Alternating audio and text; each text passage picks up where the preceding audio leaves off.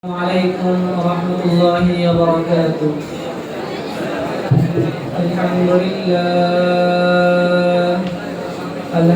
لله وكفى والسلام على عباده الذين اصطفى. أما بعد فأعوذ بالله من الشيطان الرجيم. بسم الله الرحمن الرحيم. كنتم خير أمة أخرجت للناس تأمرون بالمعروف وتنهون عن المنكر وتؤمنون بالله إلى آخر الآية.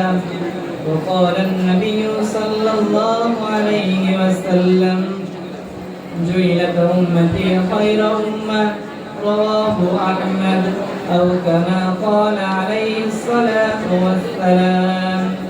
صدق الله مولانا العظيم وصدق رسوله النبي الكريم، ونحن على ذلك من الشاهدين والشاكرين، والحمد لله رب العالمين.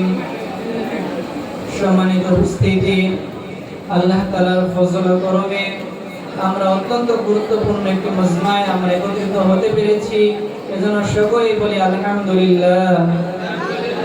আপনাদের সামনে আমি কালামুল্লাহ শরীফ থেকে তৃতীয় নম্বর সূরা আলে ইমরানের 110 নম্বর আয়াতে কারিমা তেলাওয়াত করেছি। রাসূলুল্লাহ সাল্লাল্লাহু আলাইহি ওয়াসাল্লামের অসংখ্য বর্ণিত হাদিস থেকে একটি হাদিসে মোবারকের চুম্বক অংশ পাঠ করেছি। এর আলোকে এর সারাংশে আল্লাহর রাসূল সাল্লাল্লাহু আলাইহি ওয়াসাল্লামের এই উম্মত তথা আমাদের শ্রেষ্ঠত্ব সম্পর্কে কিছু আলোকপাত করার চেষ্টা করব ইনশাআল্লাহ তাআলা। আল্লাহ তাআলা সূরা আলে ইমরানের 110 নম্বর যে আয়াতটি নাযিল করেছেন, এই আয়াতটি নাযিল হওয়ার পিছনে একটি শানে নুজুল রয়েছে। একদা হযরত আব্দুল্লাহ একবার উবাই ইবনে কাব, আব্দুল্লাহ ইবনে সালাম রাদিয়াল্লাহু তাআলা আনহু আজমাইন তারা একটি স্থানে অবস্থান করছিলেন। এমন অবস্থায় দুজন ইহুদি তাদের কাছে এসে বলল: নাহনু খায়রুম মিনকুম আল্লাযীনা তাদউনানা ইলাইহি। তোমরা যে বিষয়ের দিকে আমাদেরকে আহ্বান করো, অর্থাৎ ইহুদি এবং নাসারাদেরকে তোমরা যে ইসলামের দিকে আহ্বান করো, এই ইসলামের চাইতে আমরা যে ইহুদিয়ত এবং নাসরানিয়তের উপর রয়েছি আমরাই ভালো অবস্থানে রয়েছি। এই প্রশ্নের জবাব এবং এই কথার জবাবে আল্লাহ তাআলা সূরা আলে ইমরানের এই আয়াতটি নাযিল করেছেন, যে আয়াতের মধ্যে আল্লাহ তাআলা বলতেছেন: কুনতুম খায়রা উম্মাতিন উখরিজাত লিন-নাস।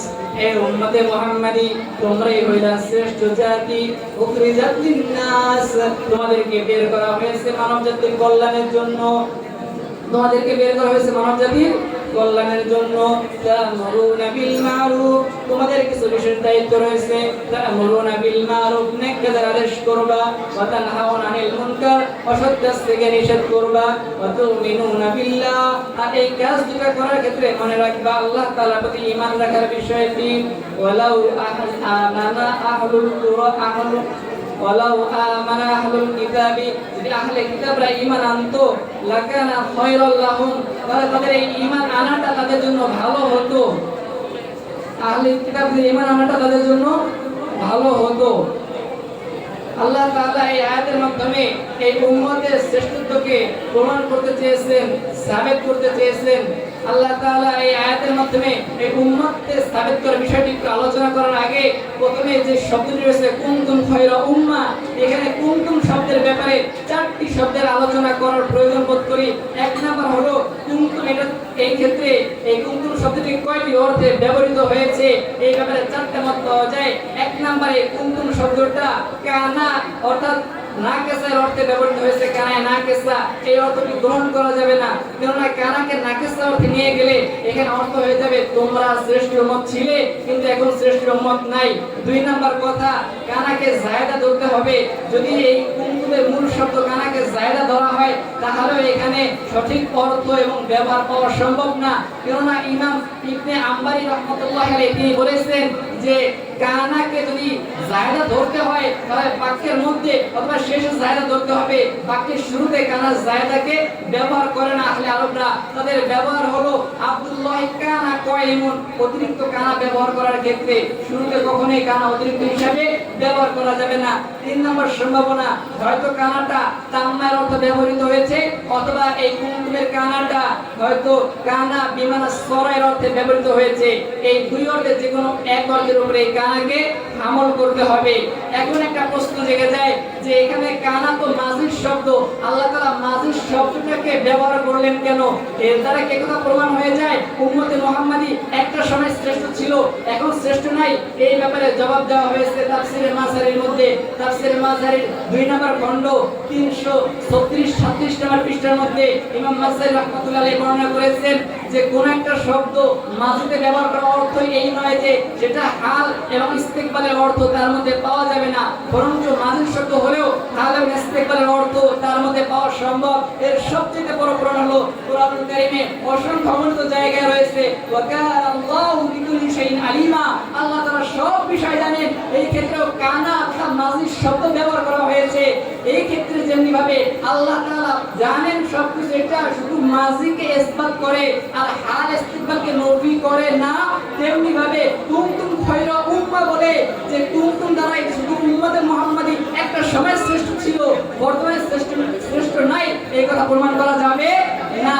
এবার আসি তৃতীয় কথায়, আল্লাহ তাআলা এই উম্মতকে শ্রেষ্ঠ উম্মত বলে কোন কারণে, কিসের ভিত্তির মাধ্যমে, কোন দলিলের মাধ্যমে আমাদেরকে আল্লাহ তাআলা জানাইলেন যে এই উম্মতে মুহাম্মাদি শ্রেষ্ঠ জাতি হিসেবে পরিগণিত হয়েছে? এই ব্যাপারে আপনাদেরকে সবাইকে একটু মনোযোগের সাথে শুনতে হবে।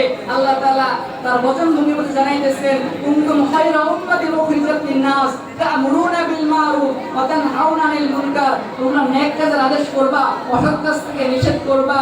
ইতিপূর্বে যত নবী রাসূল আল্লাহ তাআলা দুনিয়ার মধ্যে প্রেরণ করেছেন, যত নবী আলাইহিস সালাতু ওয়াস সালাম দুনিয়ার জমিনে এসেছেন, তাদের কারো মধ্যে উম্মতের উপর আবশ্যক ছিল না যে উম্মত আমর বিল মারুফের কাজ করবে, উম্মত নাহি আনিল মুনকারের কাজ করবে। একমাত্র উম্মতে মুহাম্মাদির বিশেষ বৈশিষ্ট্য আল্লাহ তাআলা দিয়েছেন, তোমাদের নবী শেষ নবী খাতামুন নবিয়্যিন, তারপরে কোনো নবী আসবে না, তোমাদের নবী চলে যাওয়ার পরে জিম্মেদারি পালন করবা তোমরা।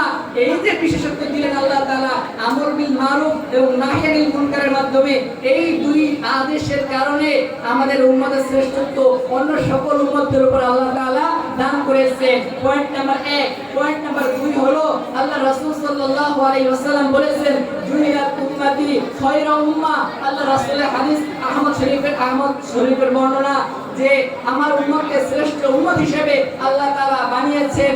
এরপরে কথা হলো এই উম্মতের মধ্যে আমর বিল মারুফ নাহি আনিল মুনকারের বিষয়ে ব্যাপকভাবে তাকিদ দেওয়া হয়েছে।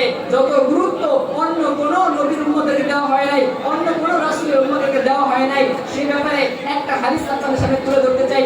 মুসলিম শরীফ খণ্ড নাম্বার 1 হাদিস নাম্বার 49 আল্লাহ রাসূল বলতেছেন মান রাআ মিনকুম মুনকারান ফালইউগাইয়িরহু বিয়াদি, তোমাদের মধ্যে যে ব্যক্তি কোনো খারাপ কাজ দেখবে সে ওই কাজটাকে তার হাতের দ্বারা, ক্ষমতার দ্বারা, বল প্রয়োগের মাধ্যমে প্রতিহত করবে, বন্ধ করবে। ফামান লাম ইয়াস্তাতি, যদি কেউ সক্ষম না হয় ফাবিলিসানি, সেটা জবানের দ্বারা, বক্তৃতার দ্বারা, খুতবার দ্বারা, জুমার মসজিদ থেকে, বয়ানের মিম্বার থেকে, ওয়াজের ময়দান থেকে, যেখান থেকে পারে তার মুখের দ্বারা বলার মাধ্যমে সে এই গুনাহের কাজটাকে বন্ধ করবে, প্রতিহত করবে। ওয়া ইন লাম ইয়াস্তাতি, এই কাজ করতে যদি সে সক্ষম না হয় তাহলে কি করবে? ফাবিকলবি, সেটা অন্তরের দ্বারা চিন্তা করবে, ভাবনা করবে এই অন্যায় কাজ, এই গুনাহের কাজ কিভাবে বন্ধ করা যায়, সে চিন্তা পরিকল্পনা বের করে ওই কাজটাকে বন্ধ করতে হবে। ওয়াযালিকা আযাফুল ঈমান, ঈমানের সবচেয়ে নিম্ন স্তর হলো এই শেষের বিষয়টা, অন্তর দ্বারা ওই কাজ বন্ধ করার পরিকল্পনা করা। এইভাবে যে গুরুত্ব আরোপ এই উম্মতে মুহাম্মাদের মধ্যে করা হয়েছে অন্য কোন ধর্মে করা হয় নাই, এজন্য এই উম্মতে মুহাম্মাদের শ্রেষ্ঠত্ব অন্য সকল উম্মতের উপরে বেশি। এরপরে আরেকটি বিষয় হলো এই উম্মতের মাঝে যখন যদি সত্যের আদেশ অসত্যের নিষেধ না থাকে তাহলে কতবার ক্ষতি হয়ে যাবে সেই বিষয়ে আলোকপাত করতে চাই। অন্যান্য সময় নবী চলে গেছেন, আল্লাহর সাথে সাথে আরেকজন নবীকে দায়িত্ব দিয়েছেন, একজন রাসূল গেছেন, আরেকজন রাসূল দাঁড় করায় দিয়েছেন। আমাদের এখানে তো আর কোনো রাসূল আসবে না। এখন যদি আমরা আমর বিল মারুফকে তরক করে দেই, নাহি আনিল মুনকারকে ছেড়ে দেই, তাহলে সমস্যা কি হবে শুনেন। আজকে আপনার মেয়ে পর্দা করে, আপনার বোনটা পর্দা করে, যে আপনি তাকে আমর বিল মারুফের উপরে দায়েম না রাখেন, নাহি আনিল মুনকারের ব্যাপারে সতর্ক না করেন, তাহলে আপনার পাশের এলাকায় একটা মেয়ে হাজার পুরুষের সামনে যদি নাচতে থাকবে, 2 দিন পর আপনি আমর বিল মারুফ ছেড়ে দেওয়ার কারণে, নাহি আনিল মুনকার ছেড়ে দেওয়ার কারণে আপনার পর্দাশীল মেয়েটাও হাজার পুরুষের সামনে গিয়ে নাচবে, ঠিক কি না? আমাদেরকে আমর বিল মারুফের উপর থাকতে হবে, নাহি আনিল মুনকারের মাঝে থাকতে হবে। এই উম্মতের শ্রেষ্ঠত্ব জন্য এভাবে দেওয়া হয়েছে এই কাজের কারণে।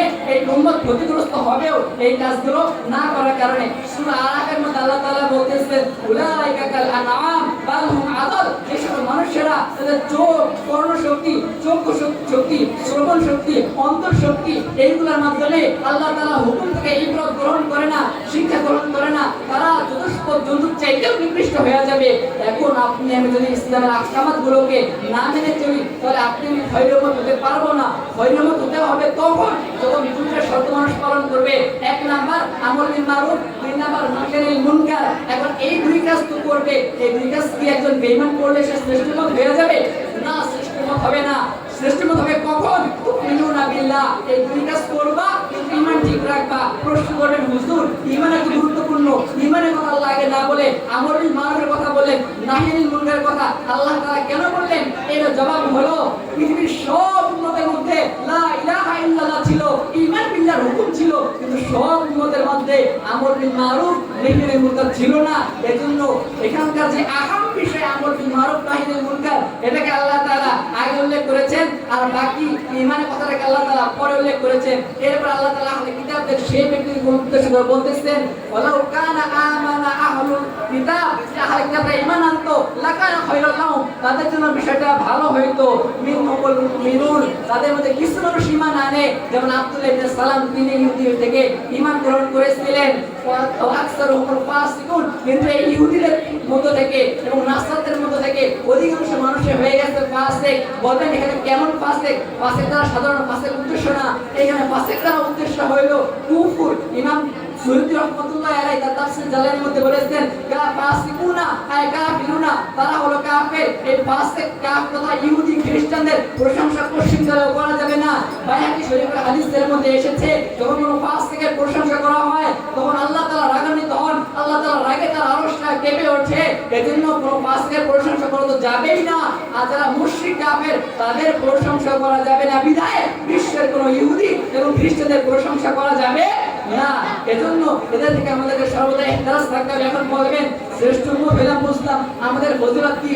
আমাদের ফজিলত আছে বুখারী শরীফের সবচেয়ে প্রসিদ্ধ সূরা ফাতির বাড়ি, 11 নম্বর খণ্ড 385 নম্বর পৃষ্ঠায় উল্লেখ আছে, এই উম্মত জান্নাতে এত পরিমাণে প্রবেশ করবে যেমনি ভাবে একটা কালো গাভীর মধ্যে সাদা পশমের ব্যবধান যেরকম, অন্য উম্মতের তুলনায় উম্মতে মুহাম্মাদের শ্রেষ্ঠত্ব, জনসংখ্যার আধিক্য জান্নাতে হবে সেই রকম। এমনি ভাবে অসংখ্য বর্ণিত হাদিস দ্বারা এই উম্মতে মুহাম্মাদের শ্রেষ্ঠত্ব প্রমাণ হয়েছে। এক বর্ণনা রয়েছে তাফসীরে মাজারি খণ্ড নাম্বার 2 পৃষ্ঠা নাম্বার 337, সেখানে উল্লেখ আছে কিয়ামতের ময়দানে জান্নাতের কাফেলা হবে 120টা। 120 কাতারের মধ্যে আল্লাহ রাসূল বলেন 80টা কাতার হবে উম্মতে মুহাম্মাদের জান্নাতে যাওয়ার। সুবহানাল্লাহ। এই দীর্ঘ সময় আলোচনার মধ্যে যে সারসংক্ষেপ আমরা খুঁজলাম সেটা হলো, আল্লাহ আমাদের শ্রেষ্ঠ উম্মত বানিয়েছেন আমর বিল মারুফ, নাহি আনিল মুনকার করার জন্য। শর্ত হলো ঈমান থাকতে হবে। ঈমান, আমর বিল মারুফ, নাহি আনিল মুনকার, তিনটা সমন্বয় যখন আপনার আমার মধ্যে পাওয়া যাবে, আপনি আমি শ্রেষ্ঠ উম্মত হয়ে যাব। শ্রেষ্ঠ উম্মত হওয়ার মানে আখিরাতে অসংখ্য সফলতা পেয়ে যাওয়া, দুনিয়ার জীবন সফল হয়ে যাওয়া, আখিরাতের জীবন সফল হয়ে যাওয়া। আর এই সফলতা পাওয়া সকল মানুষের স্বপ্নের বিষয়, কামনার বিষয়। আমাদের উচিত হলো এই 3টা বিষয়ে মানার সাথে সাথে আল্লাহ তাআলার কাছে দোয়া করা, যাতে আল্লাহ তাআলা আমাদেরকে এই আয়াত এবং হাদিস সাথে থেকে শিক্ষা গ্রহণ করে আমাদেরকে পরিপূর্ণ উম্মতে মুহাম্মাদী শ্রেষ্ঠ উম্মতদের সেই 80 সারির অন্তর্ভুক্ত হয়ে আল্লাহ তাআলা আমাদেরকে আখিরাতে যাওয়া এবং রাসূলের সাথে জান্নাতের চিরস্থায়ী অধিবাসন তৌফিক আল্লাহ তাআলা দান করে বলি আমিন। ওয়া আখিরু দাওয়ানা আনিল হামদুলিল্লাহি রাব্বিল আলামিন। আসসালামু আলাইকুম ওয়া রাহমাতুল্লাহি ওয়া বারাকাতুহু।